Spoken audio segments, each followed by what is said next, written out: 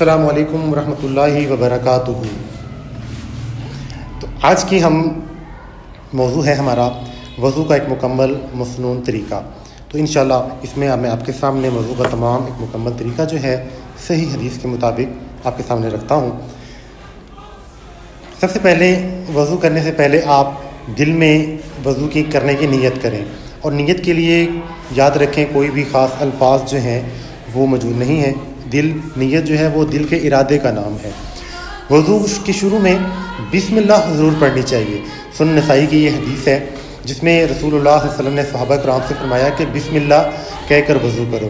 اب اس میں حدیث کے اندر صرف بسم اللہ کے الفاظ ملتے ہیں، تو بسم اللہ الرحمن الرحیم پوری پڑھنے کی بجائے اگر ہم بسم اللہ ہی پڑھیں گے تو ہم صحیح حدیث کے مطابق عمل کریں گے، کیونکہ رسول اللہ صلی اللہ علیہ وسلم نے فرمایا، ابو داؤد کی حدیث ہے کہ جو شخص وضو کے شروع میں بسم اللہ نہیں کہتا اس کا وضو نہیں ہوتا۔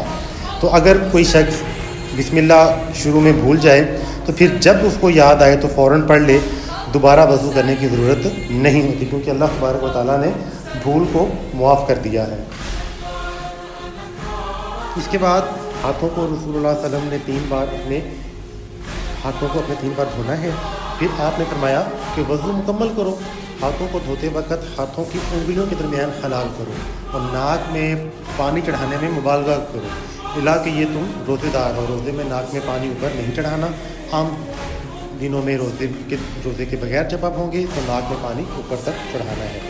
پھر آپ صلی اللہ علیہ وسلم ایک چلو لے کر آدھے سے کلی اور آدھا ناک میں ڈالا اور ناک کو الٹے ہاتھ بائیں ہاتھ سے جھاڑا۔ یہ عمل 3 دفعہ کیا ہے۔ تو یہ عمل یاد رکھیں کہ ایک ہی چلو پانی لینا ہے، اسی میں سے آدھے میں سے کلی کرنی ہے اور آدھا ناک میں ڈالنا ہے۔ یہ اللہ کے نبی کا مسنون طریقہ ہے۔ پھر اس کے بعد اللہ کے نبی نے 3 مرتبہ آپ منہ کو دھویا۔ پھر آپ صلی اللہ علیہ وسلم داڑھی کا خلال کرتے تھے۔ پوری داڑھی کو گیلا کرنے کی ضرورت نہیں ہے، جس طرح ہم انگلیوں کا خلال کرتے ہیں اس طرح داڑھی کا بھی خلال کرنا ہے۔ آپ نے اپنا دایاں ہاتھ کوہنی تک 3 بار دھویا، پھر بایاں ہاتھ کوہنی تک 3 بار دھویا۔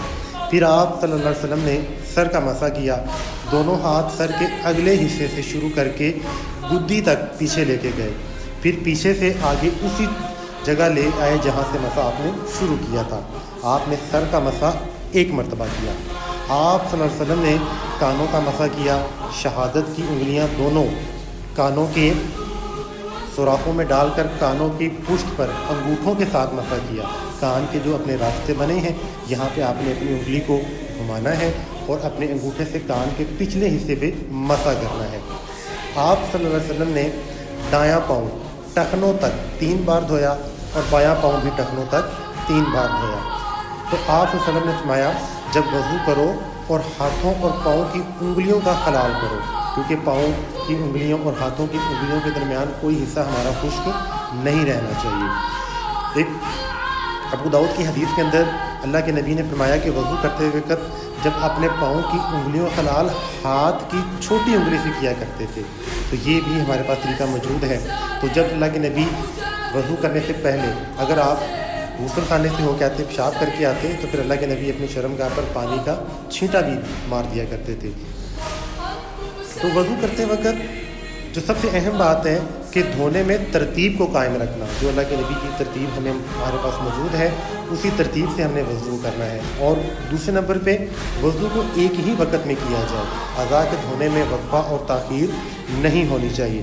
اور ہاں اسی طرح اگر کسی کے زخم پہ پٹی بندھی ہوئی ہے تو پھر وضو کرتے وقت پٹی پر مسح کر لینا کافی ہے اور اس کے ارد گرد کے حصے کو دھو لینا کافی ہوگا۔ پٹی اتار کے اس کو نیچے سے گیلا کرنے کی ضرورت نہیں پڑے گی۔